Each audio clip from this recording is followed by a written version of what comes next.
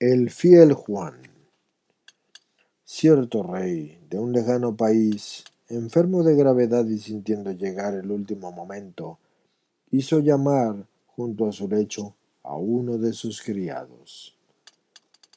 Di a mi fiel Juan, que le encargo así, con voz desfalleciente, que deseo conversar con él. Juan era un antiguo confidente del monarca que le había servido fielmente durante muchos años, y cuando se hubo presentado ante el moribundo, éste le dijo: Escucha bien, mi fiel Juan, lo que voy a decirte, porque siento que mi vida llega a su fin, y yo no tengo en estos momentos más que la preocupación de que mi hijo, al hallarse solo, siendo tan joven como es, no sepa valerse por sí mismo. Si tú no me prometes educarlo y guiarlo, constituyéndote en su guardián, no moriré tranquilo.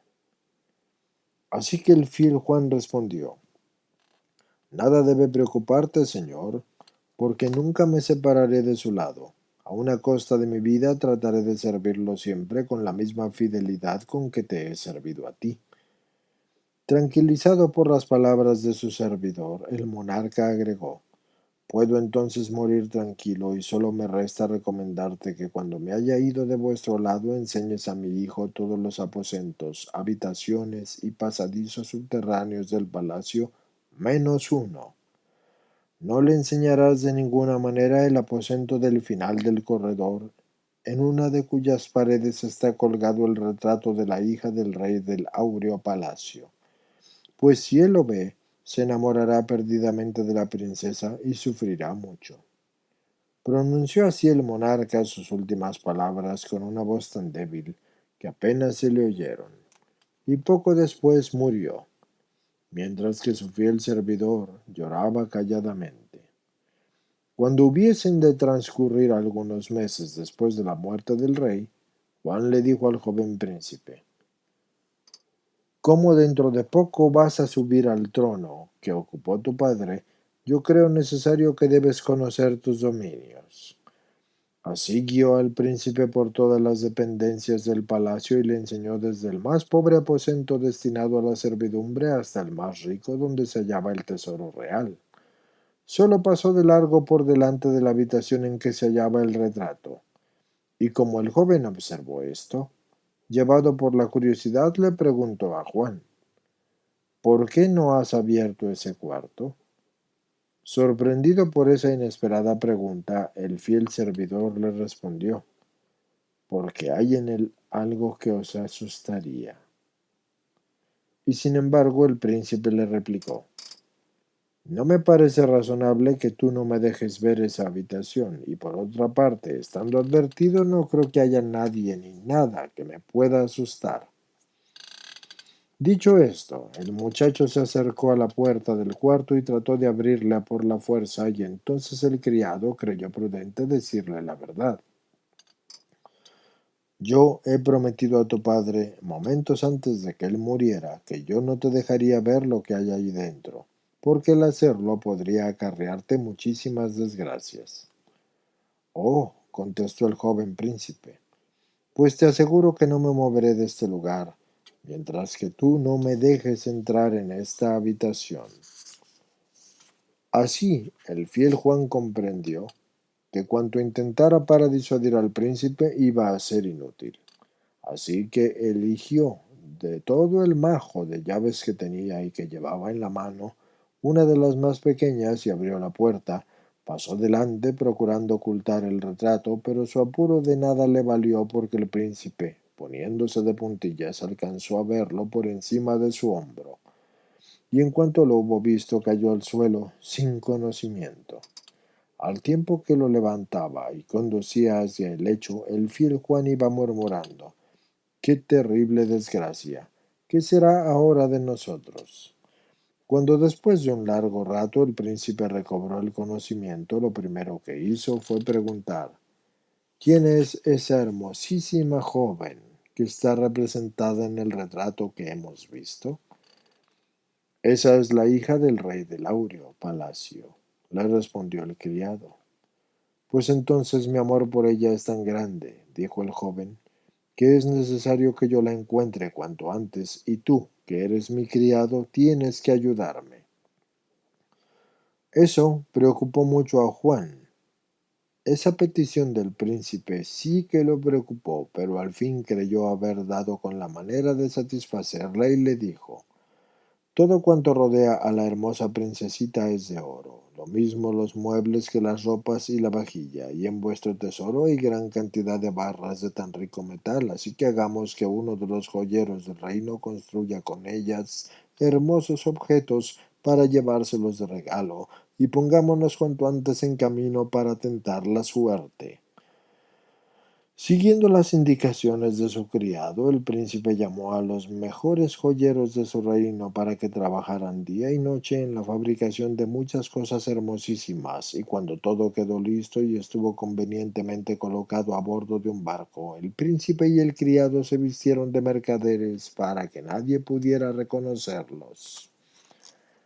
Después se hicieron a las velas y navegaron por el inmenso mar hasta llegar a la ciudad donde vivía la hija del rey del áureo palacio. Teniendo temor de que algo le sucediera, por ejemplo una desgracia, al joven, el fiel Juan le rogó que aguardara en el barco mientras que él iba a ver a la hermosa princesa. Es posible, le dijo, que pueda traer a tu lado a la princesa. Mientras tanto, tú te cuidarás de que todo lo que se halla en el barco esté en orden y que los muebles, los trajes, las vajillas de oro se encuentren bien a la vista. Con el consentimiento de su amo, Juan tomó algunos de los regalos y, descendiendo a tierra, se encaminó directamente hacia el palacio.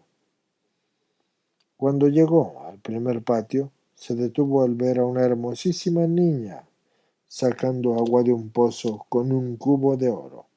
También pareció sorprendida la niña, porque abandonó por un momento su tarea y le preguntó al recién llegado: ¿quién eres y qué quieres en este palacio, buen hombre?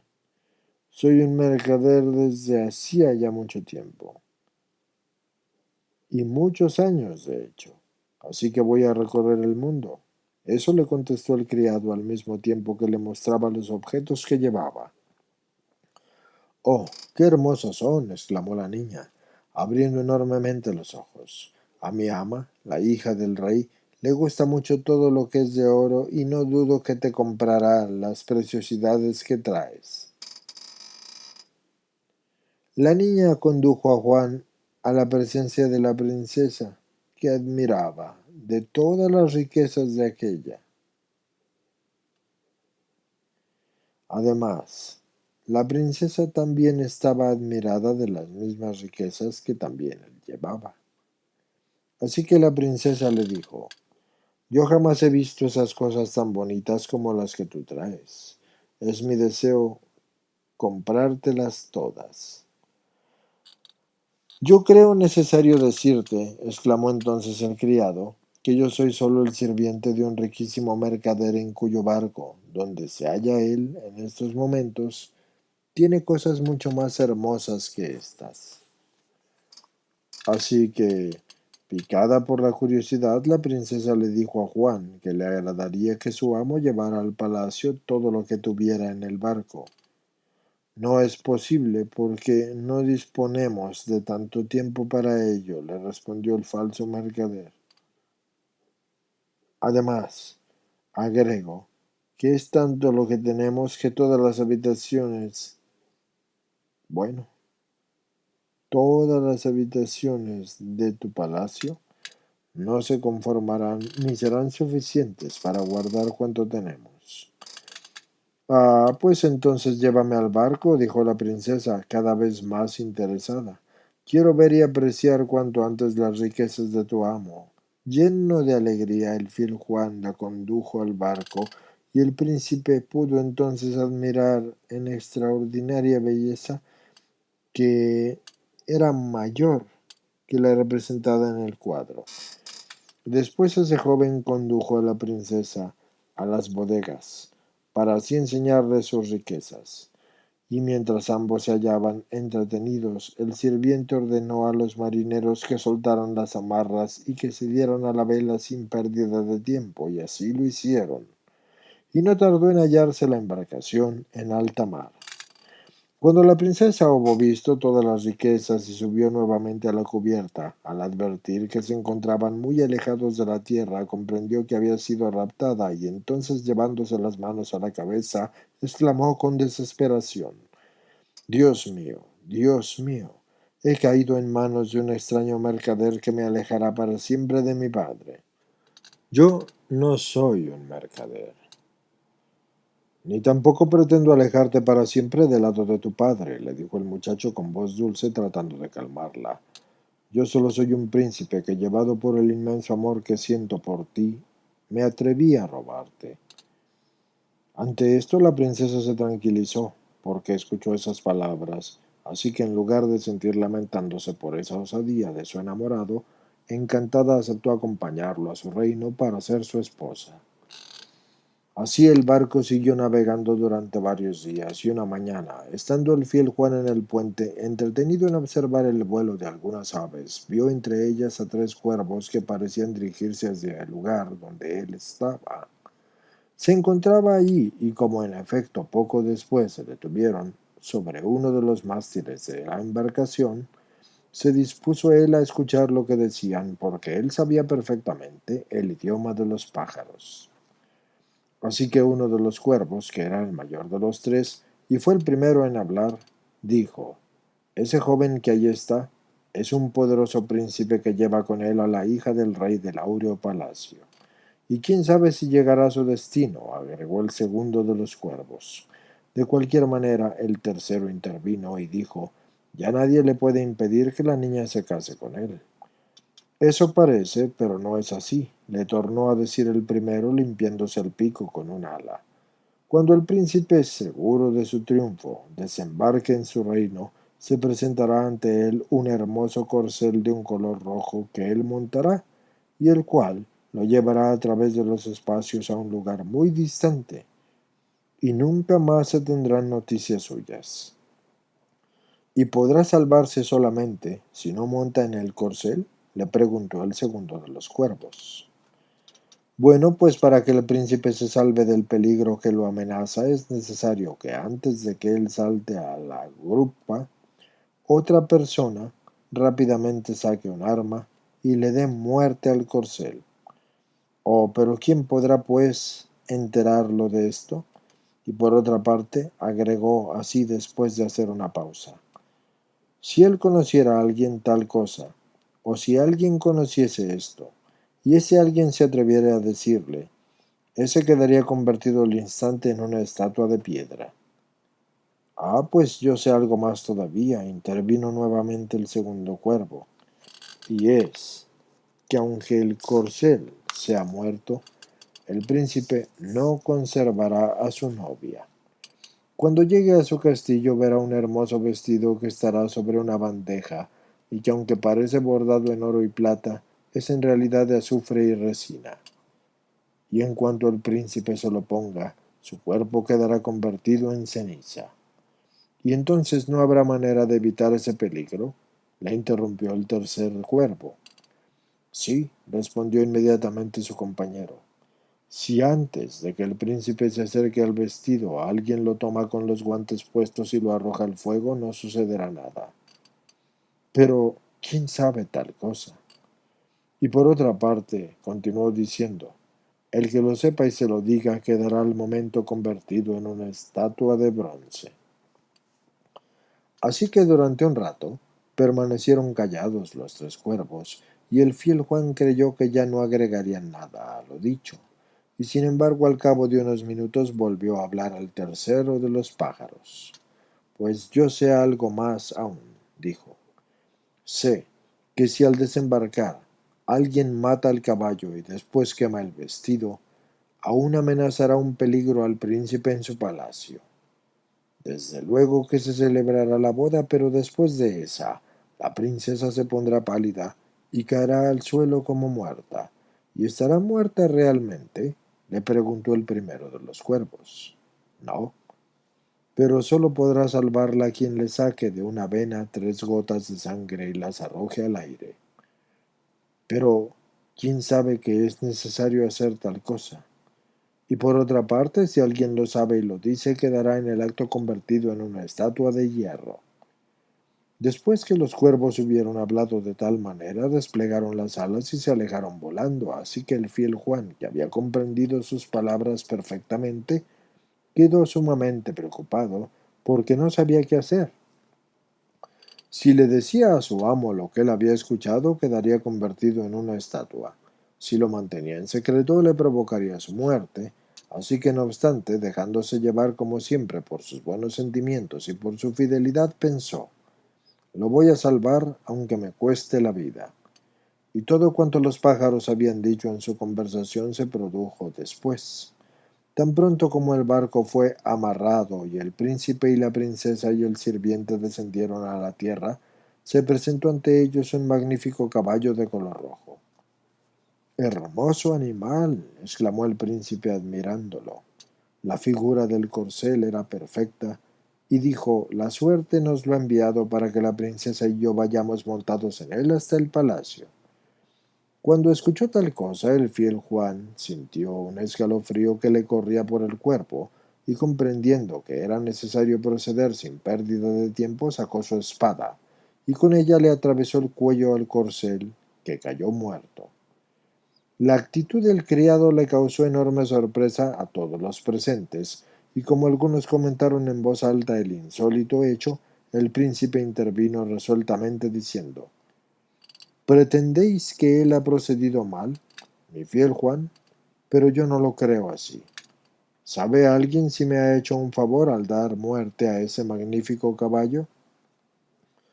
Así que montaron el príncipe y la princesa en una carroza y se dirigieron hacia el palacio acompañados por el fiel Juan, que, conociendo el peligro que los amenazaba, no quiso separarse de ellos. Cuando llegaron, el príncipe vio sobre una bandeja un magnífico vestido aparentemente bordado en oro y plata, y como su sirviente notara por el brillo de sus ojos el agrado que le producía la prenda y que estaba dispuesto a ponérsela, se adelantó y, bruscamente tomándola, la arrojó al fuego, donde no tardó en quedar convertida en cenizas. ¡Qué osadía la de ese hombre! Primero mata un hermoso caballo y ahora quema un vestido de nuestro señor, exclamaron disgustados los criados. Pero el príncipe, por segunda vez, intervino sin ocultar la contrariedad que le producían tales palabras. «Callad. ¿Pretendéis que ha procedido mal mi fiel Juan?», dijo. «Pero yo no creo tal cosa. ¿Sabe alguno de vosotros si me ha hecho un favor al quemar el vestido?». Si bien durante algún tiempo se comentó en el palacio el extraño proceder del fiel Juan hasta el día de la boda, y éste no volvió a presentarse ante su amo hasta ese día. Pero la tarde en que celebraron los festejos volvió a aparecer junto al príncipe y la princesa, y cuando durante el baile vio que ésta estaba cayendo desvanecida, antes de que nadie se decidiera a intervenir, se acercó a ella, la tendió sobre un diván y, sacándole 3 gotas de sangre, las arrojó al aire. Y al instante la princesa se incorporó como si nada hubiese pasado. Pero el príncipe, que no comprendió la actitud de su sirviente, no pareció dispuesto a perdonarlo esta tercera vez, porque aparentemente era una injustificada intervención. «Llévenselo preso», exclamó. Estaba colérico. «Mañana, terminados los festejos, yo veré lo que debo hacer con este que se ha atrevido a dañar a mi esposa». Resignado así con su muerte, pero también resignado por el hecho de esta suerte, ese fiel Juan no objetó nada a las palabras de su amo. Pero a la mañana siguiente supo que sí que había sido condenado a la muerte, en la horca. Así que pidió con voz trémula y desfalleciente que le dejaran conversar con su amo.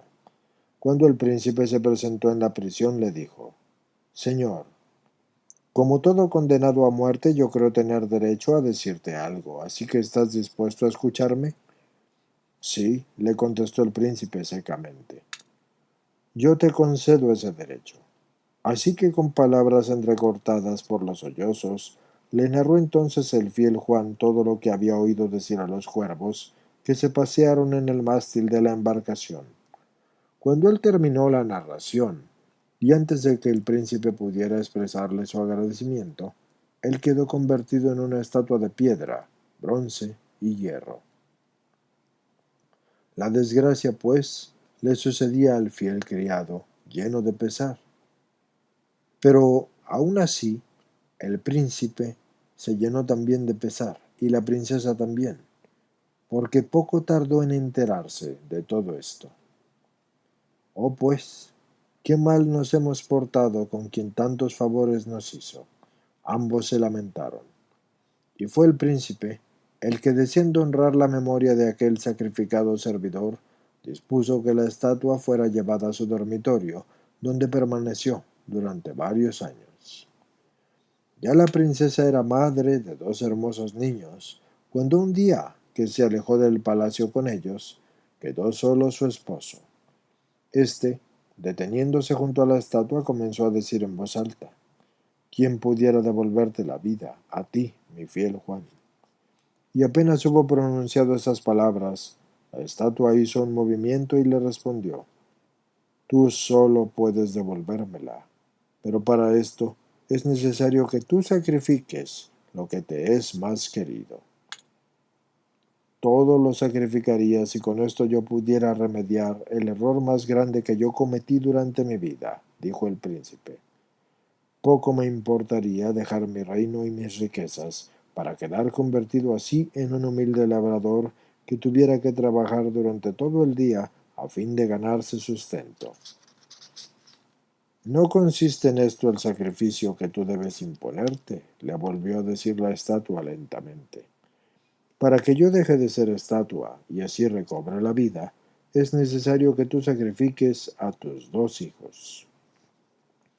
Ante esto, el príncipe quedó aterrado al escuchar eso, pero así como era un hombre de palabra, y a pesar del espanto que eso le causaba el llevar a cabo el tal sacrificio, él se dispuso a hacerlo.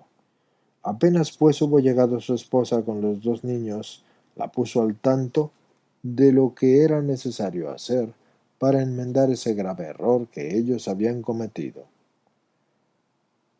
Un profundo sollozo se escapó de la boca de la princesa al ver que su marido ya empuñaba la espada, pero comprendiendo que también ella era culpable en parte, tuvo suficiente valor para decir: si es necesario, hazlo para devolverle la vida al fiel Juan. Pero cuando su esposo estaba levantando el arma, notó, mas no sin sorpresa, que la estatua descendía del pedestal y exclamaba: No, no hagas tal cosa, ya no es necesario, porque tu intención de inmolar a tus hijos para salvarme ya hizo el milagro antes de que consumaras el sacrificio. Dios ha premiado tu fe y tu nobleza.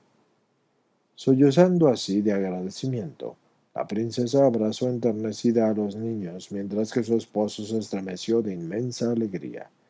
Y el mismo Juan entonces comprendió que todos los sacrificios desinteresados tienen su recompensa en este mundo. Y a partir de aquel día todos fueron felices.